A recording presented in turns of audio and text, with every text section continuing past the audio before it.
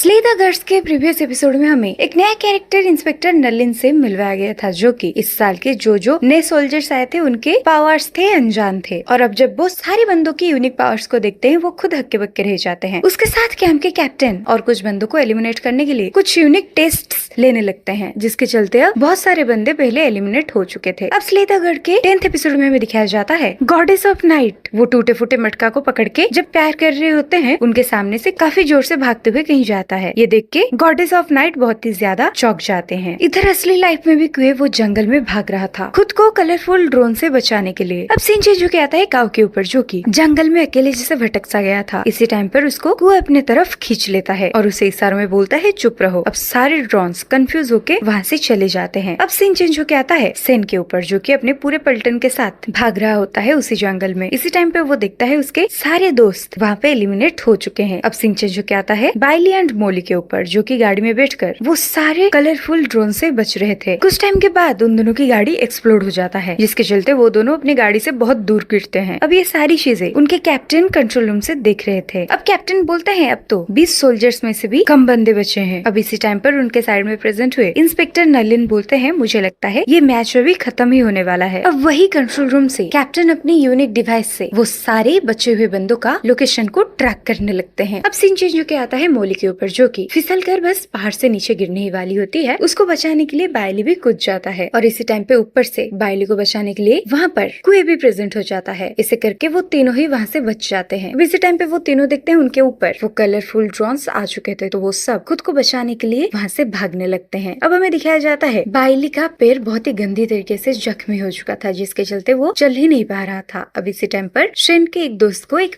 Map का टुकड़ा मिलता है और वो बोलता है मुझे लगता है ये मैप गलत है। अब इसी टाइम पर वो जब अपने दोस्तों के पास आता है वो किसी को नहीं पाता, तो वो फील करता है वो इस जंगल में खो गया है। अब जब रात हो जाती है कंट्रोल रूम से कैप्टन देखते हैं और भी ज्यादा बंदे एलिमिनेट हो चुके हैं और अब मोली भी एलिमिनेट हो जाती है। अब इसी टाइम पर शेन के बाकी के दोस्त भी बोलते हैं अब हम आगे नहीं जा सकते, तो ब्रदर शेन हमें माफ कर दीजिए। अब इसी टाइम पर शेन बोलता है ठीक है फिर तुम यहीं पर छुप के रहो, बस एलिमिनेट मत होना। इसी टाइम पर शेन जब बाहर आता है उसके ऊपर सारे कलरफुल ड्रोन्स कलरफुल गुब्बारे फोड़ने लगते हैं और इसी टाइम पर जब शेन के दोस्त को लगता है अब शायद शेन एलिमिनेट होने वाला है, शेन के सामने वो लड़का कूद जाता है, जिसके चलते वो सारे कलरफुल बॉल्स शेन के दोस्त के बॉडी में लगता है और वो एलिमिनेट हो जाता है और शेन आगे भागते हुए चला जाता है। अब जो बंदे एलिमिनेट हो गए थे उनके सामने कैप्टन प्रेजेंट होके बोलते हैं मुझे लगता है तुम खुद ब खुद अपने सारे सवाल का जवाब ढूंढ लिए होंगे, तो चलो ये पनिशमेंट प्रथा को अब आगे बढ़ाते हैं। अब इसी टाइम पर शेन के एक दोस्त को एक सीनियर पूछता है तुम शेन को बचाने के लिए खुद एलिमिनेट क्यों हो गए। इसी टाइम पर वो बोलता है जब मैं स्कूल में पढ़ता था ब्रदर शेन हमारे साथ गेम खेलते थे, इंटरनेट कैफे में जाते थे और हम लोग बहुत अच्छे दोस्त थे। तो इसी टाइम पर उन्हें पता चला कि कुछ बंदे हमें बहुत तंग कर रहे हैं जो कि हमसे काफी बड़े थे, तो वो एक दिन स्कूल बंक करके उन सारे बंदों को मारने चले गए और उस दिन हमारा एग्जाम था, जिसके चलते उनको हमारे स्कूल से रेस्ट्रिकेट कर दिया गया क्योंकि उन्होंने अपने एग्जाम को देने नहीं आए थे इसीलिए। और तब से वो पार्ट टाइम जॉब करते हैं और उसके साथ साथ हम जब पढ़ाई करते हैं हमारे साथ मिलकर पढ़ाई भी करते हैं और हमें पता है वो आगे जाके एक बहुत ही जाना माना हस्ती बनेंगे और हमारे ब्रदर शेन हमारा हमेशा ही ख्याल रखते हैं। तो मैं और मेरे सारे दोस्त हम सब शेन ब्रदर को बहुत मानते हैं। अब इसी टाइम पे हम देखते हैं शेन का एक दोस्त बहुत ही गंदे तरीके से घायल हो चुका था, जिसके चलते वो बोलता है मैं अब आगे नहीं जा सकता, तो आप अकेले जाइए, मैं यहीं से ही एलिमिनेट हो जाता हूँ। लेकिन शेन बोलता है नहीं, अगर हम एलिमिनेट होंगे तो दोनों मिलकर होंगे। तो शेन अब खुद को सरेंडर कर देता है वो सारे कलरफुल ड्रोन्स के सामने। अब सीन चेंज होके आता है बाइली के ऊपर, जो कि एक लकड़ी पकड़कर काऊ एंड कुए के साथ आगे बढ़ रहा था। अब इसी टाइम पे सब बात करते हैं यहीं पर तो ये माउंटेन खत्म होता है और आगे तो माउंटेन्स भी नहीं है, सिर्फ खुले मैदान है, मतलब मैं भाग नहीं पाऊंगा और एलिमिनेट हो जाऊंगा, तो इससे अच्छा होगा आप दोनों आगे जाइए, मुझे यहीं पर छोड़ दीजिए, ये बोलता है बाइली। अब बाइली नीचे बैठ जाता है और बोलता है नहीं नहीं नहीं मैं अब आगे नहीं जा सकता, तो वो खुद को सरेंडर करने के लिए वो ड्रोन्स के सामने जब चला जाता है कुए और काऊ उसे पकड़कर आगे भागने लगते हैं। अब कुए बोलता है काऊ देखो आगे एक गुफा है, उसके अंदर हम कुछ टाइम के लिए रेस्ट करेंगे फिर आगे जाएंगे। अब इस टाइम पे बाइली बोलता है मैं एलिमिनेटेड होना चाहता हूँ, प्लीज प्लीज मुझे छोड़ दो। और उन लोगों की ये हरकत को देख कंट्रोल रूम में बैठे हुए एक सीनियर बोलता है जीनान माउंटेन पर इन तीनों को छोड़कर बाकी के सारे सोल्जर्स एलिमिनेट हो चुके हैं। अब सीन चेंज होके आता है बाइली के ऊपर, जो कि अपने दोनों दोस्तों के सामने मरने का झूठा नाटक कर रहा था। तो अब काऊ बोलता है बाइली मैं भी अपनी लिमिट पर पहुंच चुका हूँ और अगर मैं ज्यादा भागने की कोशिश की तो दोबारा से मैं अपना कॉन्शियस माइंड को खो बैठूंगा और दोबारा से एक मॉन्स्टर बन जाऊंगा। तो अब मैं आगे नहीं जा सकता तुम्हारे साथ, मुझे माफ करना। अब कुए बोलता है तो एक काम करो, तुम अपना कल्टीवेशन स्टार्ट करो। अब इसी टाइम पर काऊ बोलता है कुए क्या तुम्हारे पास ज्यादा दोस्त नहीं है? तो कुए बोलता है नहीं, मेरे कोई दोस्त नहीं है और एक दोस्त है जो यहाँ पर मरने का नाटक कर रहा है। अब इसी टाइम पर काऊ बोलता है मेरा भी वही हालत है, बचपन से आज तक मेरा कोई भी दोस्त नहीं बना और ये बाइले भी अभी तक मेरा दोस्त नहीं है। क्यों पता है? जब मैं 6 साल का था तब मैंने अपने हाथों से अपने बहुत सारे दोस्तों का कत्ल कर दिया था, वो भी अपने खुद के विलेज में। ये सुन के कोई बोलता है छोड़ो, ये तुम्हारी गलती नहीं है, ये तुम्हारे बॉडी में रहते हुए वो पावर्स की गलती है। लेकिन इसी टाइम पर काऊ चिल्लाने लगता है नहीं, ये मेरी गलती है, जिसके चलते उसके बॉडी से एक पावरफुल रेड कलर का ऑरा दोबारा से रिलीज होने लगता है। अब इसी टाइम पर कुए काऊ का हाथ थाम लेता है और बोलता है इतना टेंशन मत लो, जब तक मैं हूँ तब तक तुम्हें कोई भी गलत काम करने नहीं दूंगा, समझ में आया? लेकिन उससे पहले तो ये जो लड़का हमारे सामने मरने का नाटक कर रहा है इसको ठिकाने लगाना पड़ेगा। ये सुनकर बाइली उठ खड़ा होता है और बोलता है कुए तुम पागल हो क्या? अगर मैंने आगे तुम्हारे साथ जाने की कोशिश की तुम्हें बहुत सारे प्रॉब्लम्स का सामना करना पड़ेगा। ये सुन के कुए बोलता है कोई दिक्कत नहीं, तुम बस हमारे साथ चलो। तो अब बाइली एकदम जोश में आ जाता है और अपने दोनों ही पैंट पॉकेट से 2 गन निकाल के बोलता है अब चलो, अब मैं देखता हूँ कौन सा ड्रोन हमारे ऊपर कलरिंग बॉल्स फेंकेगा। और अब बाइली दोनों ही गन्स को अपने 2 दोस्तों को दे देता है और खुद जाके सरेंडर कर लेता है खुद को, जिसके चलते उसके ऊपर बहुत सारे कलरफुल बॉल्स गिरने लगते हैं और इसी टाइम का फायदा उठा के कुए वहाँ से भाग जाता है। लेकिन काऊ वहीं पर कल्टिवेट करने लगता है। जैसे कि हमें पता है कुए का पावर्स रात में 3 गुना ज्यादा बढ़ जाते हैं। सिर्फ इसी चीज के लिए कुए को बिल्कुल भी वीक फील नहीं हो रहा था। अब इसी टाइम पे सिंचेन जो क्या आता है कंट्रोल रूम के ऊपर, जहाँ पर कैप्टन के सामने एक बंदा प्रेजेंट होकर बोलता है कैप्टन एक बंदा माउंटेन के पिक के ऊपर पहुंचने ही वाला है, तो मैं क्या करूँ? क्या हम सब गाड़ी लेके निकल जाए माउंटेन के पिक के तरफ? अब सिंचेन जो क्या आता है कुए के ऊपर, जो कि जंगल में बहुत ही स्पीडली भाग रहा था और कुछ चिमगादड़ों के साथ बात भी कर रहा था। इसी टाइम पर दोबारा से सिंचेन जो क्या आता है कंट्रोल रूम के ऊपर, जहाँ पर कैप्टन बोलते हैं ये लड़का तो बहुत ही स्पीडली जंगल को क्रॉस कर रहा है, तो हमें एंड पॉइंट पर इसका वेट करना चाहिए। तो अब कंट्रोल रूम में सब देखते हैं उनके डिवाइस में कोई तो एक अननोन एरर आ जाता है, जिसके चलते वो अब कुए के लोकेशन को ट्रैक नहीं कर पाते। इसी टाइम पर कुए भागते भागते जंगल में लू लियांग के सामने प्रेजेंट हो जाता है। तो लू लियांग को अपने सामने देख कुए पूछता है आप कौन हो? तो उधर से लू लियांग बोलता है मैं एंशिएंट गॉड चर्च का 16th डिसाइबल हूँ, मास्टर लू लियांग। अब लू लियांग स्पीडली भागते हुए कुए की तरफ आता है और अपने रिवर लेवल टेक्निक का इस्तेमाल करते हुए कुए को एक पावरफुल पंच दे मारता है, जिसके चलते कुए खिसकते हुए बहुत पीछे गिर जाता है। और अब लू लियांग काफी स्पीडली कुए के पास आके उसको एक किक देता है, जिसके चलते दोबारा कुए बहुत पीछे गिरता है। अब एक एक करके लू लियांग कुए के ऊपर अपने पावरफुल हमले करने लगता है। अब इसी टाइम पर लू लियांग बोलता है मैंने सुना था तुम गॉड फायर एंजल का एजेंट हो, लेकिन उन्होंने इतने वीक बंदे को अपने सारे पावर्स क्यों दिए? मुझे लगता है उनसे बहुत बड़ी गलती हो गई है। अब जब लू लियांग पीछे से कुए के ऊपर हमला करता है उसके सामने बहुत सारे चिमगादड़ आ जाते हैं, जिसके चलते वो देखता है कुए अब उसके सामने नहीं है। तो वो चिल्लाते हुए बोलता है लिन कुए तुम आज मेरे हाथों से बच नहीं सकते। अब इसी टाइम पर कुए एक पेड़ के पीछे छुप के लू लियांग को देख रहा था, तो अब लू लियांग कुए के पीछे प्रेजेंट हो चुका था। अब दोबारा से लू लियांग कुए के साथ लड़ने लगता है और लू लियांग बोलता है क्या यही तुम्हारे फालतू के बकवास से एबिलिटीज हैं? अब हमें दिखाया जाता है लू लियांग कुए को बहुत ही गंदे तरीके से घायल कर देता है, जिसके चलते उसी मोमेंट पर ही कुए अपने कॉन्शियस माइंड में चला आता है, जहाँ पे हमें गॉडनेस ऑफ नाइट को दिखाई जाती है। इधर लू लियांग अपने पावर से कुए को जकड़ लेता है। अब लू लियांग एक सिगरेट पीते हुए कुए के बेहद करीब आके उसे बोलता है मेरी बातों को अच्छे से सुनो, तुम हमारे एंशिएंट गॉड चर्च को ज्वाइन कर लो, नहीं तो मैं तुम्हें यहीं पर मार दूंगा। अब ये सुन के कुए काफी नॉर्मल होके बोलता है तुमने मुझे जाना ही कहाँ है। अब इसी टाइम पर कुए के एक इशारे पर बहुत सारे चिमगादड़ आके लू लियांग को बहुत ही पीछे खिसका लेते हैं। अब इसी टाइम पर लू लियांग बोलता है ठीक है कोई बात नहीं, और अब वो कुए के ऊपर बहुत ही गंदे तरीके से वार करने लगता है, जिसके चलते कुए के बॉडी से खून निकलने लगता है। अब सीन चेंज होके आता है गॉडनेस ऑफ नाइट पर, जो कि अपने वो फूटे हुए मटके को पकड़ के बोलते हैं हाइपोनोस तुम नीचे क्यों गिर गए बेटा? मत रो बेटा मत रो, मॉम तुम्हें अभी एक स्टोरी सुनाने जा रहे हैं। और अब गॉडनेस ऑफ नाइट एक बुक निकालकर एक बियर का स्टोरी बताने लगते हैं और बोलते हैं एक दिन एक छोटा सा बियर स्टार को पकड़ने के लिए जाता है और वो स्टार अब आके कुए के बॉडी के अंदर घुस जाता है। अब इधर गॉडनेस ऑफ नाइट बोलते हैं वो बियर जब आसमानों में देखता है उसको बहुत सारे चमकते हुए सितारे दिखते हैं और वो यही जानने की कोशिश करता है ये सारी चमक आ कहाँ से रहा है। अब जो गॉडनेस ऑफ नाइट बोल रहे थे वो सच में कुए के साथ हो रहा था। इधर दोबारा से गॉडनेस ऑफ नाइट बोलते हैं वो बियर जब आसमानों में देखता है वो एक बड़ा सा स्टार बियर को देखता है। अब इधर कुए के सामने प्रेजेंट हुआ लू लियांग भी आसमानों में जब दिखता है उसको एक बड़ा सा बियर दिखाई देता है, जो कि दहाड़ते हुए अब लू लियांग के ऊपर हमला करने के लिए आता है और लू लियांग भी उसके साथ लड़ने लगता है, लेकिन लू लियांग उसे जीत नहीं पाता। अब इधर गॉडनेस ऑफ नाइट बोलते हैं वो छोटा बियर सोचता है अब मुझे अपने आसमानों में वापस जाना चाहिए, और इधर लू लियांग को वो बड़ा सा बियर बहुत ही गंदे तरीके से जख्मी कर देता है। अब इधर गॉडनेस ऑफ नाइट बोलते हैं वो छोटा सा बियर अपने साथ वो चमकता हुआ तारा को मिल्की वे तक लेके जाता है और वहाँ पे एक छोटा सा बोट होता है। अब उसी बोट में बैठकर वो छोटा सा बियर वहाँ से चला जाता है। अब इधर लू लियांग को वो बड़ा सा बियर बहुत ही ज्यादा गंदे तरीके से घायल कर रहा था, तो लू लियांग उस बड़े से बियर को अब वहाँ से गायब कर देता है, लेकिन वो खुद बहुत ही ज्यादा गंदे तरीके से घायल हो चुका था। अब वो देखता है कुए अब उसके सारे चंगुल से छूट चुका है और अब लू लियांग चिल्लाते हुए बोलता है अब मुझे अपना गेट को ओपन करना पड़ेगा। तो वो ये बोल के चिल्लाते हुए अपने चारों तरफ एक पावरफुल ग्रीन कलर का ओरा क्रिएट करने लगता है। अब वो थ्रोन ऑफ फायर टेक्निक का इस्तेमाल करते हुए कुए के ऊपर हमला कर देता है। अब इसी टाइम पर कुए अपने कॉन्शियस माइंड में जाके देखता है गॉडनेस ऑफ नाइट उसे बोलता है बहुत ही बढ़िया बेटा, अब तुम अपने घर में लौट चुके हो। अब जब कुए आसमानों में देखता है बहुत सारी सितारे अब लू लियांग के ऊपर गिरने लगते हैं, जिसके चलते लू लियांग का वहाँ पर खात्मा हो जाता है और वो बड़े से बियर के सारे पावर्स कुए के अंदर आ जाते हैं और कुए अब एक क्यूट सा बियर का रूप ले लेता है और उसके सर के ऊपर 2 बियर के कान भी हो जाते हैं। और अब कुए एक के बाद एक लिू लिंग को अटैक करे जा रहा था, लेकिन लिू लिंग का एक भी बार अब कुए को हिट नहीं कर पा रहा था और कुए जब लू लियांग को हमला करता है उसके हाथ एकदम एक पावरफुल बियर की तरह कन्वर्ट हो जाते हैं। अब हमें दिखाया जाता है ये लू लियांग का बस एक शैडो था और अब लू लियांग का वो शैडो बहुत ही जख्मी हालत में बोलता है ये गॉड एजेंट तो बहुत ही खतरनाक है और वहाँ से अब वो गायब हो जाता है। लेकिन उस प्रोजेक्शन के पीछे अब कुए भागने लगता है, जिसके चलते अब कुए एंशिएंट ऑफ ओल्ड चर्च के बंधु के सामने प्रेजेंट हो जाता है और यहाँ पर लिन कुए का कोई असली बॉडी नहीं, उसका एक प्रोजेक्शन यहाँ पर आया था। अब कुए अपने सामने बहुत सारी एंशिएंट गॉड चर्च के मेंबर्स को देखता है, तो इसी टाइम पर लू लियांग बोलता है पहली बार कोई मेरे बिना अनुमति के मेरे प्रोजेक्शन को फॉलो करके टेम्पररीली हमारे एंशिएंट ऑफ ओल्ड चर्च पर आया है। अब इसी टाइम पर एक बंदा कुए के पास आके बोलता है तुम हमारे एंशिएंट ऑफ ओल्ड चर्च पर ज्वाइन कर जाओ और हमारे तीनों गॉड्स तुम्हारे हर एक आदेश को मानेंगे। अब ये सुनकर कुए जब वो तीनों गॉड्स को देखता है कुए उन तीनों को अपने गन से वार करने लगता है, जिसे देख के वहाँ पे प्रेजेंट हुआ हर एक एंशिएंट ऑफ ओल्ड चर्च का बंदा गुस्से में आ जाता है। अब इसी टाइम पर कुए बोलता है मैं अब कुछ बोलना नहीं चाहता क्योंकि मेरे हरकत को देख तुम लोग समझ चुके होंगे मैं तुम लोगों से क्या कहना चाहता हूँ। अब इसी टाइम पर एक बंदा खड़ा होकर बोलता है ये कुए तो बहुत ही ज्यादा बदतमीज है, इसने हमारे सामने देखो कैसे हमारे भगवानों को ठुकराया है। अब इसी टाइम पर कुए का वो प्रोजेक्शन वहाँ से गायब हो जाता है। तो अब लीशा बोलती है चलो ये लड़का यहाँ से गया तो कम से कम। अब दोबारा से कुए जिनान माउंटेन पर प्रेजेंट हो चुका था, लेकिन वो बहुत ही ज्यादा घायल हो चुका था, तो वो अपने साथ बात करता है मेरे सोल पावर तो ऑलमोस्ट खत्म ही होने वाले हैं। अब इसी टाइम पर उसके सामने कैप्टन प्रेजेंट हो जाते हैं, तो वो अपने सारे ड्रोन्स को आदेश देते हैं लिन कुए को छोड़कर यहाँ पे प्रेजेंट हुए हर एक बंदे को एलिमिनेट कर दो। और कुए की जख्मी हालत को देख वो अपनी टीम को बोलते हैं कुए के लिए एक मेडिकल इमरजेंसी गाड़ी लाओ। अब हमें दिखाया जाता है कुए के मुंह से काफी ज्यादा खून निकल रहा था, लेकिन फिर भी कुए आगे बढ़ने लगता है जीतने के लिए। अब कुए के सामने एक बड़ा सा कुआं होता है। अब कुए भागते भागते ऑलमोस्ट अपने माउंटेन के एंडिंग पॉइंट पर पहुंच चुका था। तो ये देखकर कंट्रोल रूम में प्रेजेंट हुआ इंस्पेक्टर नलिन बोलता है सब बंदे अपनी अपनी गाड़ी लेकर माउंटेन के एंडिंग पॉइंट पर पहुंच जाओ, क्योंकि कुए अब बहुत ही कम टाइम में वहाँ पर पहुंचने ही वाला है। अब कुए के सारे दोस्त कुए को मोटिवेट करने लगते हैं, क्योंकि वो सब बंदे अब एलिमिनेट हो चुके थे। तो बायली चिल्ला चिल्ला कर कुए को मोटिवेट कर रहा था। अब इसी टाइम पर कंट्रोल रूम से एक लड़का बोलता है कुए मैं डैंग हुई हूँ और मेरे एक दोस्त ने तुम्हें कुछ बोलने के लिए बोला है। उसने बोला है अगर तुम दौड़ नहीं पाओगे तो तुम अपने बचपन की अच्छे अच्छे यादों को याद करो और उन सारे सोर्स मेमोरीज तुम्हें पावर देंगे इस जंगल में दौड़ने के लिए और तुम्हें बहुत ही एनर्जेटिक फील होगा। अब इसी टाइम पर कुए सोचता है बचपन में मैं खुश था, ये तो गलत है, क्योंकि बचपन में तो मेरा कोई भी दोस्त नहीं था। मैं तो एक मेंटल अजाइलम में रहता था जहाँ पर मुझे बहुत ही ज्यादा टॉर्चर किया जाता था और मैं जब भी अपने बचपन की यादों को याद करता हूँ मैं बहुत कमजोर पड़ जाता हूँ। अब इसी टाइम पे